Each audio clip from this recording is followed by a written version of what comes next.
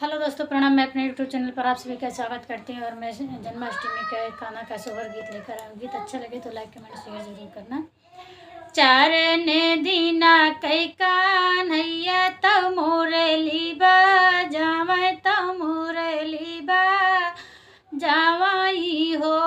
रामा कहाँ पै जना में का नैया कहाँ पे खेलै तव कहाँ पे खेलाई हो मथुरा में जन्म का नैया तव गोकुल में खेलै तव गोकुल में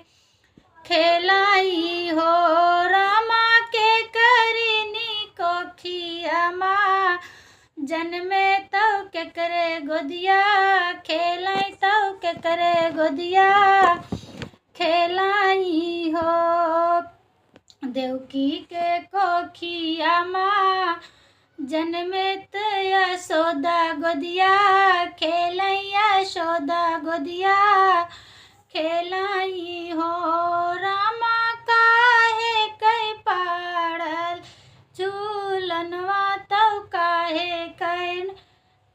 तव काहे लागल डोरिया तव काहे लागल डोरियाई हो रामा काहे का पड़ल झूलनवा तव काहे लागल डोरिया तव काहे लागल डोरियाऊ हो चंदन के पड़ेला झूलनवा तव रे समला डोरिया तव रे सम लागल डोरियाऊ हो रामा माइया शोदा झूलावैनी राखी सुख पावैनी राखी सुख पावई हो रामा माइया यशोदा झूलावैनी राखी सुख पावैनी राखी सुख